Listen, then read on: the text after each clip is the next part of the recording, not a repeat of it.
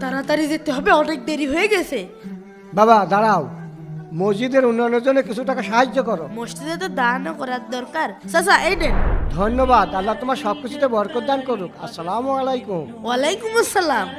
500 টাকা তো মসজিদে দান করে দিলাম, তাহলে এখন নোমান ভাইকে কি জবাব দেব?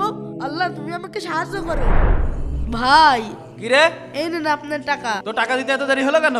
কাজ তো করেছিলাম, কিন্তু মহাজন টাকা দিতে দেরি করেছে। এত কাহিনী শোনার সময় নেই, টাকাগুলো সম্পূর্ণ আছে তো? ভাই 500 টাকা কম আছে।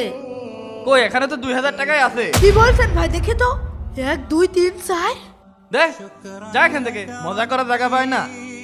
কে বলেছে দান করলে কমে যায়? দান করলে আল্লাহ তাআলা বাড়িয়ে দেন। তাড়াতাড়ি যেতে হবে, অনেক দেরি হয়ে গেছে। বাবা দাঁড়াও, মসজিদের উন্নয়নের জন্য কিছু টাকা সাহায্য করো। মসজিদে তো দানও করার দরকার। চাচা এই নেন।